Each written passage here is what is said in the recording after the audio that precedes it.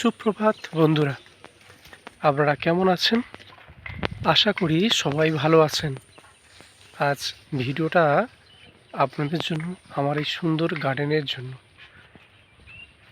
যারা ফুলকে খুব ভালোবাসেন তাই ওনাদেরকে এই ফুল বাগানেই কিন্তু আমন্ত্রণ জানাচ্ছি শুভ সকালের। এই গার্ডেনটা দেখতে পাচ্ছেন, কিছুদিন আগে একটা ভিডিও আপনাদেরকে দিয়েছিলাম যেখানে সূর্যমুখী গাছগুলো সবে ছোট ছোট হয়েছে।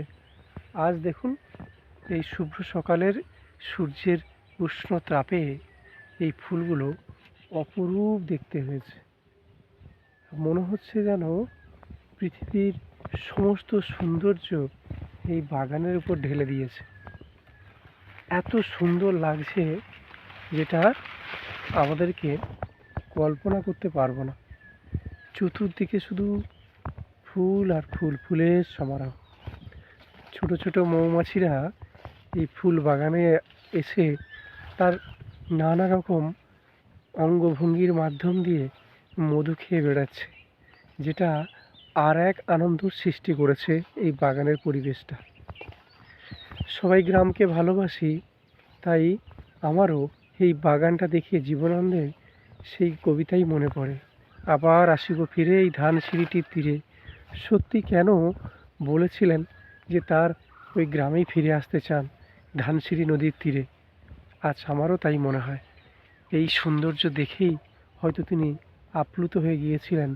তার এই সৌন্দর্য উপভোগ করতে সারা জীবন তিনি চেয়েছিলেন। অপূর্ব সুন্দর দেখুন, প্রায় 1 বিঘে জায়গার উপরে কিন্তু এই বাগানটি দেখতে পাচ্ছেন। কমেন্টস করে জানাবেন এই ফুলের বাগানটি কেমন হয়েছে।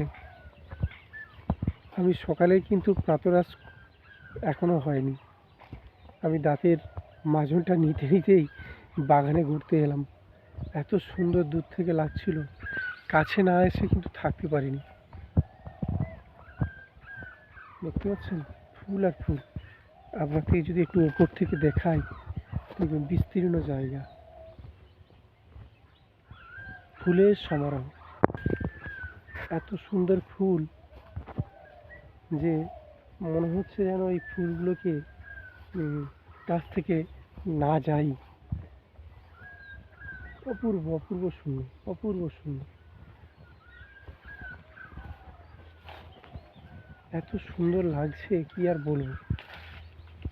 ফুলগুলো আরেকটু বড় হলে আরও সুন্দর লাগবে, কিন্তু ফুলটা এখনো পুরোটাই ফোটেনি, তাই একটু ছোট ছোট লাগছে। কিন্তু আস্তে আস্তে সব যখন আবার পুরোপুরি ফুটে যাবে, তখন কিন্তু আরও সুন্দর লাগবে। দেখুন, খুব সুন্দর। অবশ্যই কিন্তু কমেন্টস করে জানাবেন এই বাগানটা কেমন লাগছে আপনাদের।